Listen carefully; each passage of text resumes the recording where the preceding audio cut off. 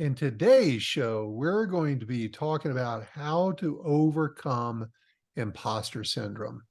We're going to unmask how you can recognize it and overcome it so that we can strengthen your confidence through following these steps. Welcome to the Business Mechanic Show. I'm your host, Vaughn Sigmund, a co-founder of Results Driven Leadership. We provide the knowledge, skills, and tools you need to advance your career, just like we're going to talk about today. And whether you're just getting started or have been running a business for years, we have the advice, the tips, the tools to help you stay ahead of the competition. So again, today, we're going to be talking about imposter syndrome, how to recognize it, how to overcome it. So let's get started.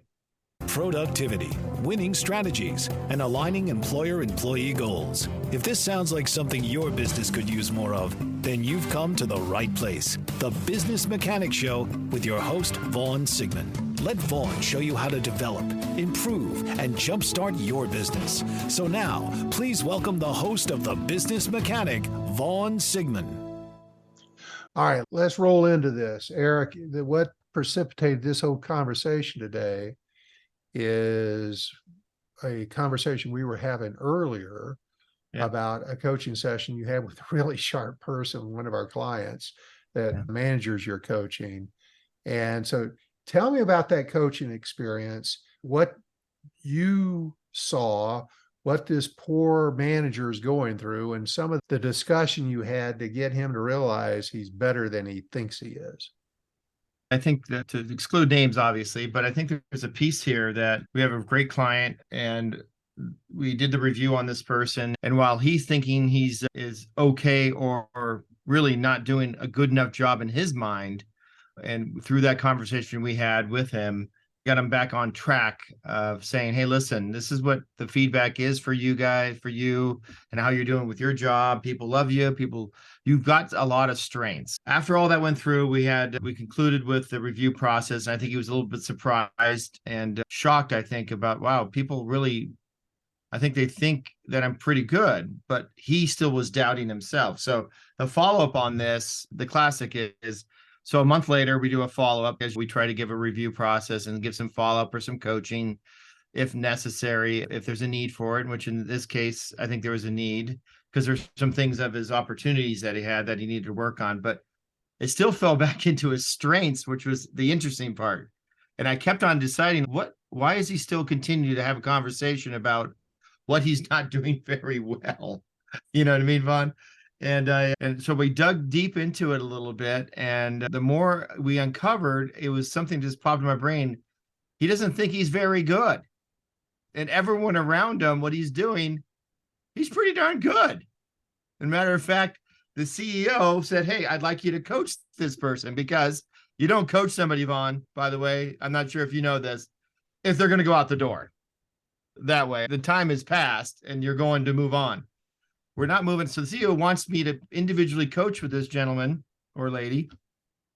And so I had the conversation, and I think he was just really dumbfounded and dumbstruck, I guess, so to speak, that why this conversation was going to happen. And so we went through and talked about his review process one more time, talked about his strengths. And I said, why do you feel like you're not very good at what you do? And he goes, like, I always think I can do better. What I put in there is not always the best. And I think I'm really hard on myself sometimes. And when I put stuff in, I know I can do better than what the effort I put in. He was talking about effort and also the outcome. And I'm like, but everyone else tells me that when you do this information or give this information or do this part of your job, that you do great. What I don't understand, I just don't get it. And I said, I don't get it. What do you mean by this? He kept on going. And it came down to the problem is that he just didn't think he was good enough. The strangest, not good enough. I'm not sure if you've ever run into that before, but so I had to backtrack and understand and say, let's talk about your strengths again, your weaknesses again. And so we walked through the process, and he finally said, I go, listen, I finally came to him. I said, give yourself a break. I said, give yourself a break. You're this, whatever, how old he is. He's been doing this job for 3 years. yes, he's around extraordinarily amount of great people, smart people. And he's maybe a little intimidated by that, could be part of the deal, which again, very strong team, Vaughn, very strong team. And so I think that's an aspect. You've been doing it 6 years, everyone else around, maybe this is the third part of their career. They've done this job several years, and then another company several years, and this is maybe their third time in another company. And they're all really good and really smart. So I think that can pigeonhole you into this thing called imposter syndrome, right? Where you're not good enough. And I just wanted to make sure I had to tell him the validation. I will go walk into this later, but the validation piece of this thing is obviously the CEO loves you. Obviously the CEO thinks you can do the job. You're great with clients. These are the things you're really good at. I said, cut yourself a break. And then Well, and that's hard. That's easier said than done, it is. because so many people have so much self-doubt, lack of confidence. To this person's point, I can do better. Hell yeah, everybody can do better. We can all do better. There's always room for improvement. Nobody's reached the pinnacle yet. No. But I don't know whether you've ever noticed this. I see it all the time, and you and I are interacting with managers all day, every day. Yep. And when you sit down to talk to someone and you pay them a compliment, wow, you're really doing this really well. They'll give that kind of a brief sort of, yeah, okay, yeah, thanks, but I can do this. They go right to the negative. I can do this better. I need to do more of that. I need to start working on this more. And it's like, slow down. And in fact, I have a CEO of a very successful company, a leader, the #1 brand in his industry. And he's killing it. His business has doubled plus over the past couple of years. He is doing almost everything right. And I'm in a coaching session one Friday morning with this guy, and he's sharp, he's smart, he's built this thing with no business background, built it out of his garage, literally out of his garage. And he's going on about how this other guy is doing so much better in this product, and this other person, like, why isn't my team able to do this like this team? And I said, hold on, Patrick. I said, look out that window. That's your car parked right there. That's $125,000 car. And what do you have at home? You've got another $150,000 car. And oh, by the way, your wife has one. Yeah, you live in a beautiful home. You just bought a race car, for God's sakes. You've got a race car, and you're spending your free time learning to drive a race car. I don't understand. What are you doing wrong exactly? And I guess sometimes it comes down to recognizing that the difference between what I've accomplished and giving myself a little celebration, a little credit, dwelling on those wins a little bit more, giving myself some time to reflect that I'm doing well. I'm doing fine. Look where I've come from. We've got to go back through that journey sometimes when we're having that self-doubt. And it's common. In fact, the statistic shows that about 70% of the people, 70% of managers will have at least some self-doubt, imposter syndrome, sometime in their career. If you're a perfectionist, and you and I both know this fellow you were talking about, yeah, in fact, is a perfectionist, and that's a strength, and can be an opportunity, because you can overwork things, or you can create your own self-doubt if you're a perfectionist. And I can't unwire somebody from driving for perfection, but it sure can erode your leadership authority and how others view you if you're constantly beating yourself up. And hey, where's the motivation for you to have this confidence, exude this confidence? Because as I say to, and as do you, the many managers, everybody else feeds off of you. And if you're coming in and all you're doing is beating yourself up and telling and sharing with everybody how you could do so much better, you know what? They're going to believe you. They're absolutely going to believe you. And is that really what you want them focusing on, rather than looking at somebody that's accomplished a lot, achieved some pretty big milestones, started at the bottom, worked their way up? That's pretty damn good. And sometimes the environment, the company, the culture that someone's working in could have an impact on this imposter syndrome. In fact, I've got, and probably a whole nother show of those people who we work with that think they're way better than they are. That's a whole nother class, right? They need a little imposter syndrome. Totally different. But that's very small group. But if I'm fairly accomplished, and I got to tell you, guilty as charged, I've had this same feeling. I've sat in a room with my peers and looked around and said, wow, I don't even know if I'm worthy of sitting in this room with these people that are achieving all this. Why am I not that smart? Then I have to remind myself, hold on a second. You've done this, you're killing everybody in that. And I've got to get that confidence back, because that's not the headspace that we need to live in. We need to be in the right attitude, the right headspace. But there's certainly certain industries and cultures, maybe tech, maybe bioscience, maybe sales. Sales is a big one, where maybe there's high levels of expertise or achievement in fields. And unless you're at the top, you're not going to be as good as the person at the top. And there's only one person at the top. I'm okay being number 2 or 3. I can always work hard to get to the top. I can apply myself to get to the top, but it doesn't make me unaccomplished, or I should be doubting myself if I'm at the top of the heap or working towards getting to the top of the heap. We got to get rid of that. And so one of the things we're going to talk about today is how to overcome that. There are some self-guided approaches, which if you'll just write these down, y'all, think about it, listen to these again on the podcast. And by the way, if you like what we're talking about today, share it, like it, make a comment that helps more people just like you get ears on this kind of advice. Please do that for us. You'd really be helping us out. But let's get back to the reality of self-doubt, imposter syndrome. It can be your own personality. It could be your history. I remember once I was talking with a sales rep who was the top of the top. He was top 10 out of 3,000 salespeople, really doing a great job. And I asked him what his motivation was.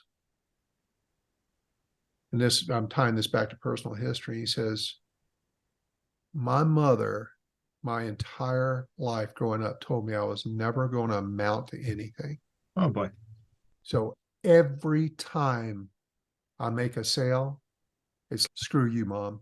I'm showing her that I can. And this guy was a 6-figure salesperson, doing really well, had a very nice wife and family, lived in a nice house, doing very well.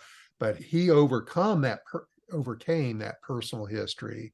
And that was his motivation. That's, again, another whole show. There's many factors that create self-doubt. But if you had a parent that constantly told you weren't worthy, that you couldn't, and I can't believe how many parents will, as some sort of masked motivation, tell their children, you're never going to be nothing if you keep acting like that. You're nothing, you're trash, whatever. Wow. In fact, I have somebody very close to me that he's an in-law. I had to pull him aside one night at a dinner, family dinner, and said, it's not my place, but being the guy I am, doing what I do, I love you to death, but you cannot speak to your son that way. That is the last way. I know what you're trying to do. You're trying to motivate him out of a spot that he's in. That's the worst way, is tell him how worthless he is, how lazy he is. That doesn't work, parents. So some of us need a little stimulus and support, right, in our raising and in our work environment. Certainly anybody that is not getting that in the workplace. And we know, Eric, there's companies out there that it's all negative feedback. Hell, no wonder you have a little imposter syndrome, right? Exactly. I think there's a thing there, going to my little story and a little side story of the lazy thing that you just brought up was interesting, because I had an old boss telling me that I was lazy. And again, as I was really good at what I did, and Obviously, I got promoted through many times, but his use of the word lazy throughout the career. And I finally just had enough. I said, what the hell are you talking about? I'm the least lazy person I know. I can be lazy because I'm smart, but not like that. This is to my lazy. So to me, was work ethic from my dad and all that stuff. And I finally just called him out. What do you mean by that? He goes, he finally told me, I swear to God, it must have been 10 damn years. He didn't tell me. I swear to God. You know the gentleman. Oh yeah, I Uh, do. and he goes, you're lazy with your talent. Was his line. Eventually, right when I got promoted to the next level, the last level, he goes, before I got that, he goes, you're just lazy with your talent. And to me, okay, could you have said that 10 years ago? Yeah, please. It made sense to Add a me. little clarity, right? It makes sense. So let's talk about, again, we're driving off in a little bit Sorry. of a ditch here, Sorry. Eric, as we tend to do, but sometimes we've been raised in an environment or have grown up in a career environment Yep. that we're getting misguided feedback in some weird, strange way that somebody's trying to motivate us by giving us negative acknowledgement all the time and in ways that we have a tough time processing. That certainly is going to erode our confidence. If you're in that environment, if you've been raised by somebody that was very negative to you, if you've got a boss, and God knows you and I have had those bosses that feed on just telling you everything that's wrong all the time. Yep. And I'm telling you, anybody that's listening to this show, I and Eric have both lived in that space. We know how it is. And we are going to share our approach of how to overcome it because we had to. Yeah. We had to do it. Just if you're struggling with it, you're struggling with it. So it can come from a lot of different places. It's how we're wired, how we're built. It could be the environment we're in. It could be that there was somebody in our life that says, don't get too cocky, don't be overconfident, don't beat your own chest. And yes, I agree with all that. And again, I've got a fair amount of confidence, maybe more than some, and I don't mind being a little cocky from time to time, but try to throttle that. But hey, a good ego, a good healthy ego is not a bad thing. It's good. There's a line you can cross over, and we've got to work on that ego. That self-esteem is what drives all this. It's the heart of all of it. It's one of the most powerful influences we have on our life and certainly our success and career. So sometimes we have to unpack what's going through our mind, and that self-esteem is where this resides. And if I know that I'm recognizing this, at first I have to recognize I'm beating myself up too hard, and I've got to want to do better. Nothing that Eric and I ever talk about is worth the air that your ears are wasting listening to this if you don't go do something with it. So first thing you must do is you have to be aware, acknowledge it. You've got to tackle it. If you're going to be good, if you're going to be better, if your people are going to feed off of confidence and positivity, it's got to start with you. Yeah. So acknowledge it, become aware of it. And Eric, what time in your life do you remember that you had to catch yourself from self-doubt and be able to turn yourself around? Yeah, I think it's a great question, Vaughn, because it's not just one time. There's several times. It happens. And change your careers, even in the same position at times where maybe you haven't done something. You've been accomplishing a lot of things, and now changing forces, metric numbers, you name it, start to infiltrate what we used to do, which is just about people, because every business is a people business. But when you start to, that's your tagline. That's been my tagline forever, and I know yours too. But when metrics start to impress upon pieces, I thought of conversion rates, for instance. It depended, at the beginning of conversion back in the day, 15, 20 years ago, of whatever business you're in, sales and or in retail, that happened to be mine, is that when you didn't reach a goal of conversion, I mean, it can crush you. Oh my God, what am I doing wrong? How can I do this? My people, I've got 70 stores. I've got to make sure our conversion rates and everything. And eventually you have to accept it. You accept what's going on. You say to yourself, I need to make sure that I'm good enough to do this. And you work yourself through it. You accept it. You find you do have the ability, what's going on. I don't need to fake anything anymore going on. I'm confident in what I'm doing. And eventually with that hard work and understanding, it comes validation, because it does pay off. You do figure it out and you validate what you're doing. You validate that you are good enough. And normally with a good mentor or a coach, which are out there, it doesn't have to be your direct boss, can be a peer. Peers can tell you, hey, by the way, you're doing a great job. And you go, really? And that sometimes is always better sometimes than the boss, by the way, in my opinion. So validation with that is always a great feel of what that is. And it's hard sometimes, Vaughn. I'm telling you, when you've been good and you've been on top of the mountain and you're growing and you're going and something new comes and you got to do something new, it can be a doubter. It can be. And let's acknowledge and recognize this, that everybody sucks when you don't know how to do something. Sure. And listen, many of you are listening to this podcast today because you're trying to find some resources, how to be a better leader, a better manager.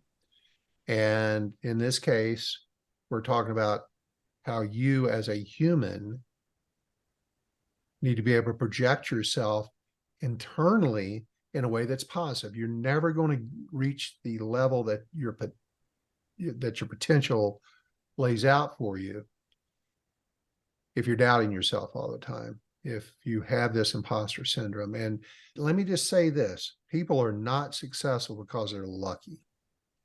People are successful. They're either born into success, which, boy, did I not get that luck, or they create their success. There's nothing that's going to come good in your life without hard work. And I've often said, and I said it from the beginning, because I'm not the smartest guy in the world, but I'll outwork just about anybody. Hell yeah. And I believe I did throughout my career, and I'm still outworking most people at the ripe old age that I'm at, because I'm driven for success.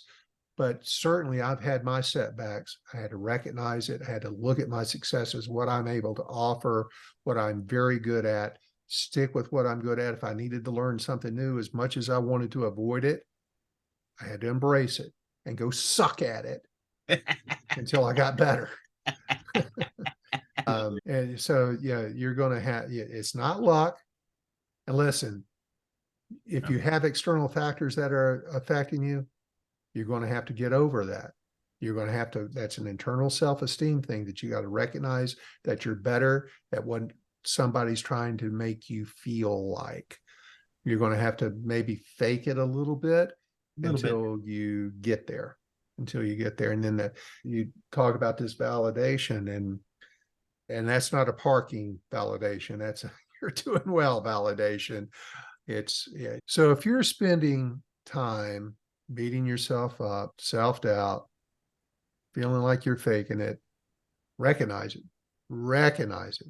And now let's start talking about how to overcome that. Yeah. And again, this comes with hard work.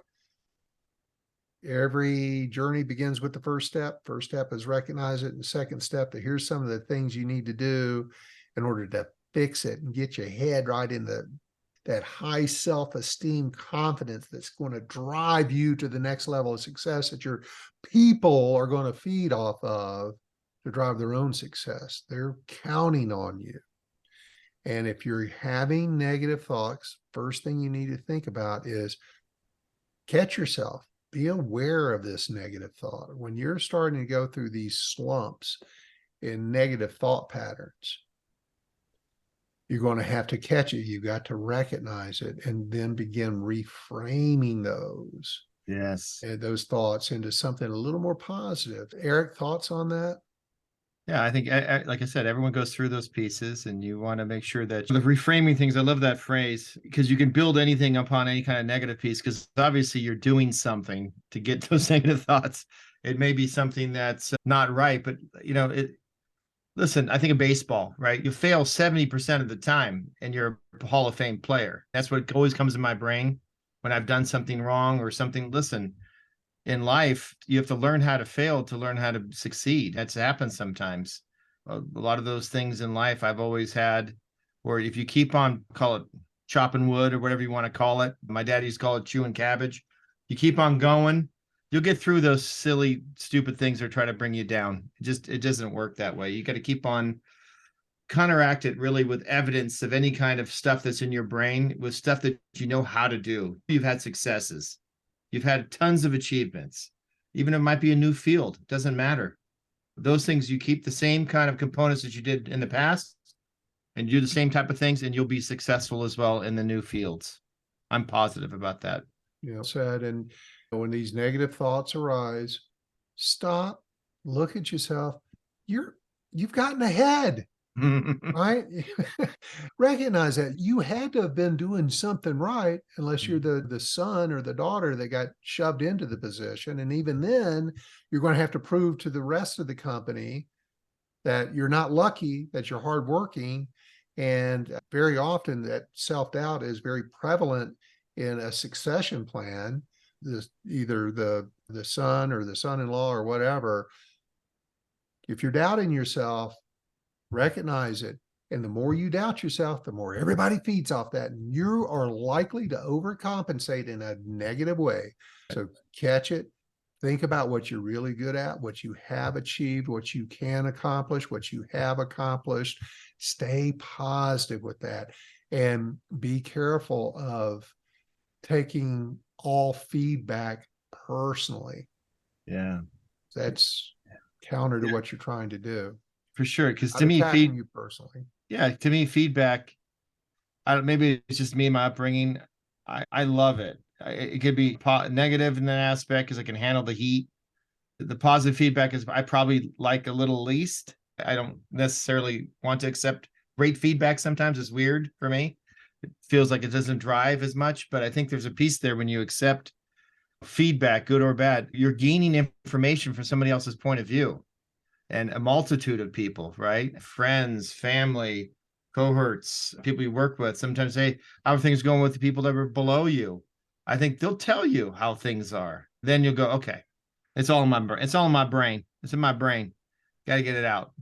And another great way, and this helped me tremendously, is 360 feedback, anonymous 360 feedback.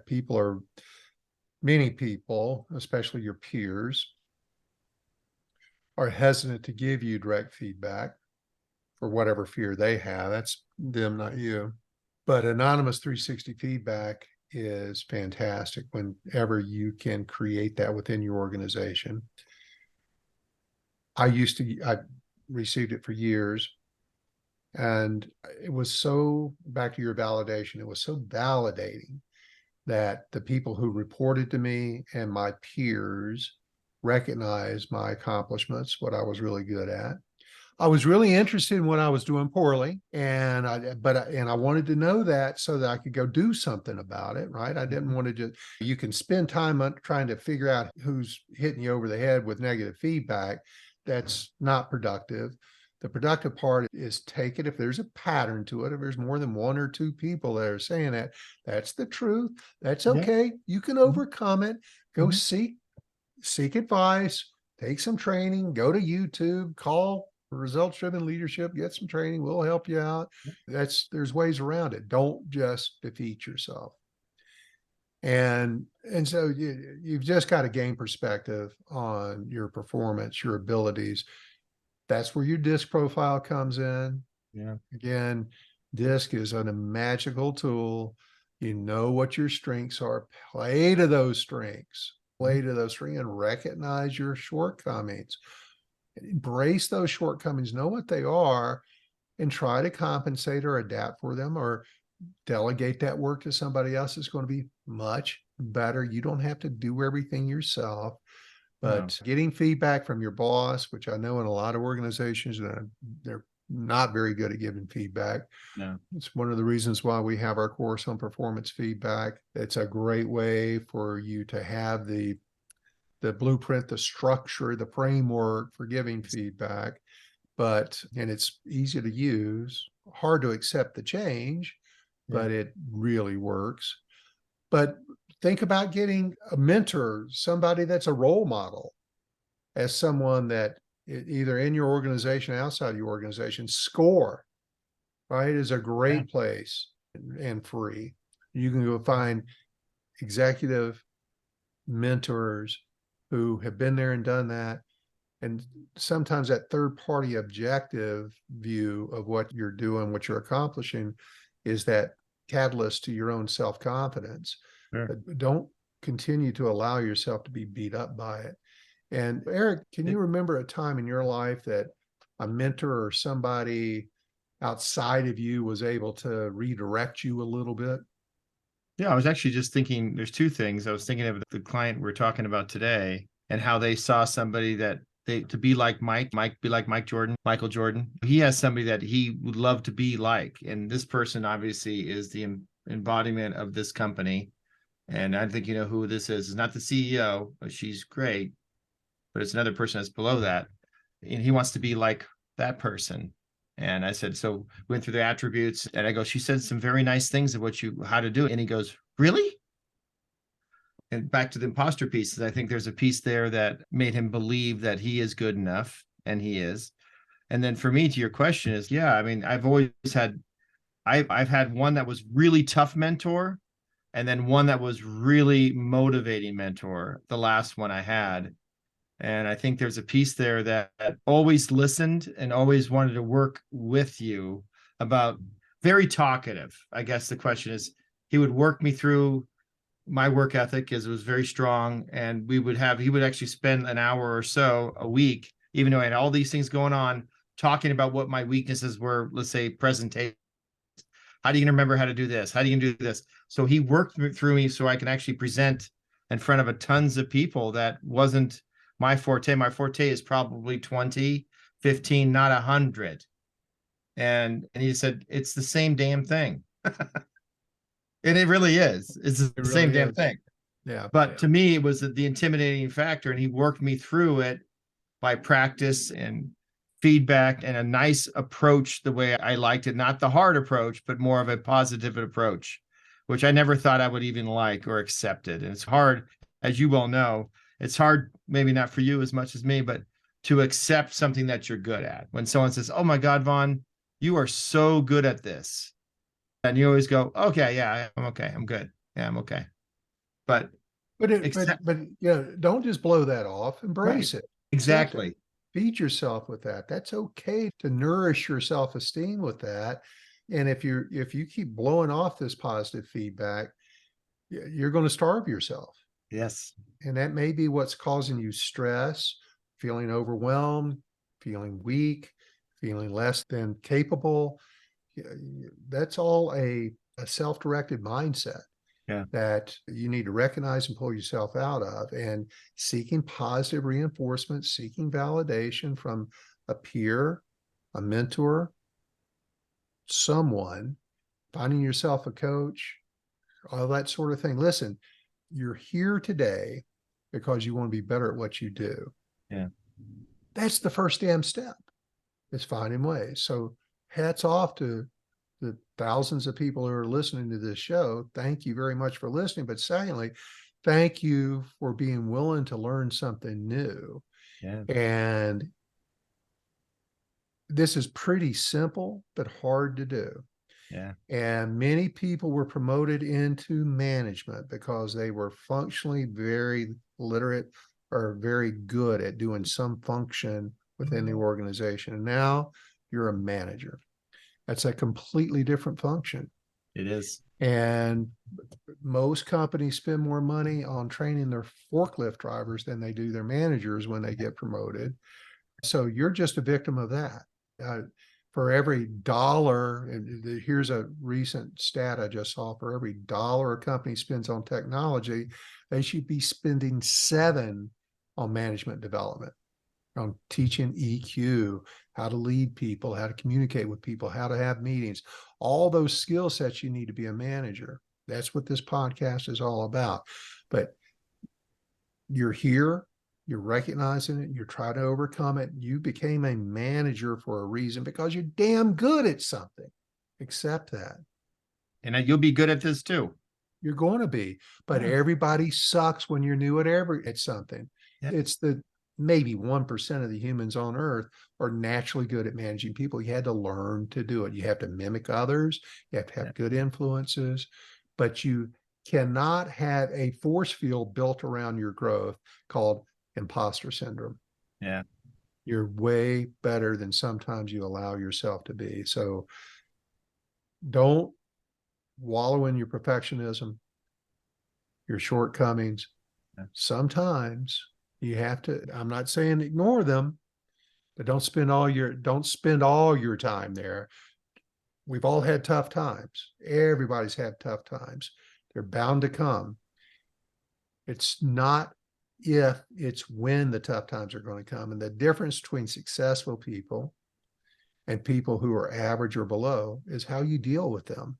And if Sure. you're having a tough time, you're listening to this podcast and you've got some self-doubt, recognize all your strengths, all your accomplishments, the things that you're really good at. And then most importantly, whatever you feel that you're inadequate at, go get training or mentoring on that. Go get the resource you need to get better at it, and then practice it, because you're going to suck at it when you're brand new. The more you do it, Eric mentioned this earlier, the more you do it, your mentor had you practicing presentations. And I've said it many times in my life, practice equals confidence. Yeah. And you pick up on a new approach to something, whether it's how to sell, how to manage or have a meeting, how to create a presentation, how to create a strategic plan. Just keep practicing it, keep doing it. And pretty soon you're going to have confidence in it. You're going to be very good at it. But if you keep yourself stuck and I'm no good at that, I'm no good at that, and that turns into procrastination, which is one of the reasons why some of you are listening to this show, is you're putting off your own growth. Amen. Now you're here. Let's work on that. Take what you're good at, embrace it, recognize what you're coming up short on, take action on it, and then practice till you're good, and then find something else. Practice till you're good, find something else, keep building on it. Don't let imposter syndrome hold you back. You're not listening to this podcast if you're not good. I promise you, you're not. You may be better, but it's happened to me a few times in the past 10 years that I've been doing this business. And this happened last year. I had a lady reach out to me. She was promoted to manager by the board of directors. She knew she didn't know how to manage people. Had been listening to this podcast, came to me, wanted me to be her coach. And I knew she was going to be tough from the very beginning, because all she wanted to tell me is how weak she was, how bad she was, how she wasn't prepared for this. And I put her into a couple practice sessions that she had to go have some difficult conversations with people. And I never heard from her again. She just would not allow herself to get better. And it's all growth requires discomfort. Yes. All growth requires discomfort. Overcoming imposter syndrome is a one-time event, but it's a continuous process, right? It is. It is. And you've got to be patient with yourselves. You've got to understand that occasional self-doubt is normal, but it does not define you. Look around. If you're comparing yourself to others, recognize how you're better in some areas than others. You're not bad at everything. You're really good at a lot of things. That's why you're in the position you're in. Then pick one thing that you want to get better at and go get some training on it. Learn how to do it. Practice it till you get good at it. And you slowly build your confidence, your self-esteem, your courage. You become very competent at something. You're very confident at, just like that old job that you were very good at that got you promoted. You were subconsciously very competent at that, but it took a lot of practice. Your first day, you didn't naturally know how to do it. You had to learn. Somebody had to show you. And through doing it 1,000,000 times, 100 times, 10,000 hours, you became very good at it. So with that, we're going to wrap things up. Yeah. Eric, final thoughts on imposter syndrome and how to overcome it. Yeah, it's very beatable. I think accepting what you're really good at it and actually accepting it. We did this very simple process where someone says something good about you. Vaughn, I love your red shirt. Or, Vaughn, you speak so well today. The only thing you can say back is thank you. It's one of those things, accepting something where someone says something good about you is a hard thing for some people to do. And I think that will help you through some of the imposter syndrome that does come in if you don't accept what you're really good at and don't just brush it upon. I think that's a real key takeaway from today's podcast today. So yeah, and internalize those compliments. yeah, Feed yourself with those compliments. Don't just blow them off. don't blow them off. Nourish your self-esteem with that. Thank you all for listening. Please, there's a link at the top of the show notes. Sign up for our newsletter. It comes out every week. We give you great advice. If you're getting information from the podcast, thank you for listening, of course, but pick up on all the tools and blogs that we're writing, the webinars that we're constantly running. Come join us there. There's going to be a topic that you are going to recognize you'd like to be better at. Come join us, read about it, get on our newsletter, find out more.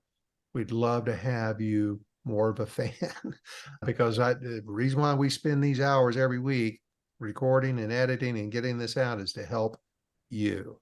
So please join the newsletter, share this podcast, like this podcast, comment on this podcast, help us help others. Thank you all so much. If you want more information on our programs, visit our website, rdltraining.com. That's Romeo Delta Lima Training.com. Follow us on LinkedIn, Results Driven Leadership. We're posting there all the time. And we'll talk to you all again next week.